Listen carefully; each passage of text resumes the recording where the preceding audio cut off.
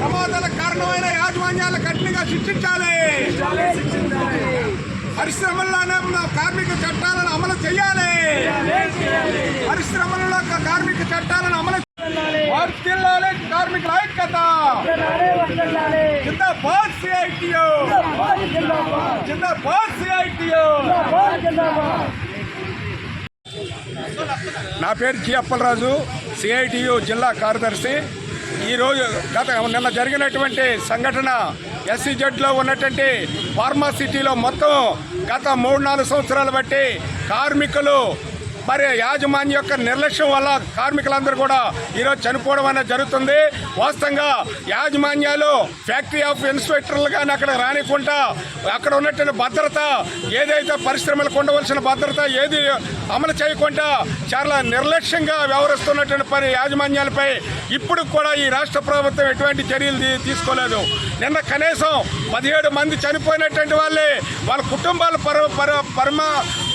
వాళ్ళు పలకరించడానికి యాజమాన్యం కానీ యాజమాన్యం తరఫున ఎవరు కూడా రాలేదు. ఏదో ప్రభుత్వం అనేది వాస్తవంగా ఈ డబ్బులు ₹1 కోటి ఇస్తానని అంటున్నారు. యాజమాన్యం బాధ్యులు కాబట్టి యాజమాన్యం ఏం చేస్తుంది అని చెప్పేసి యాజమాన్యంతో ఇప్పించాలని చెప్పేసి మేము అడుగుతున్నాం. అలాగే ఫ్యాక్టరీలు ఏవైతే ఉన్నాయో ఆ ఫ్యాక్టరీలో ఉన్నటువంటి లేబర్ చట్టాలు ఇప్పటికి కూడా అమలు చేయకపోయినా ఇక్కడ లేబర్ ఆఫీసర్లు కానీ రాష్ట్ర ప్రభుత్వం కానీ ఎటువంటి చర్యలు తీసుకోవట్లేదు. వాస్తవంగా కార్మికుల యొక్క శ్రమ వల్ల ఈరోజు దేశ అభివృద్ధి అవుతున్నట్టంటే అలాంటి కార్మిక వర్గానికి ఎటువంటి చట్టాలు లేకుండా ఈరోజు కేంద్ర ప్రభుత్వం రాష్ట్ర ప్రభుత్వం చేస్తుంది. అందులో భాగంగానే ఈ ప్రమాదాలు అనేవి జరుగుతున్నాయి.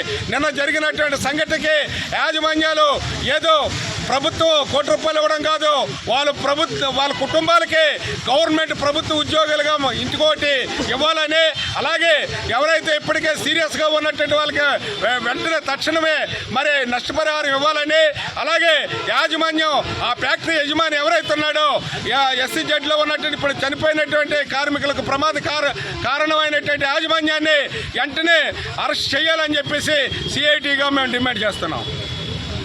Thanks for watching. Please subscribe our Spy News Live channel.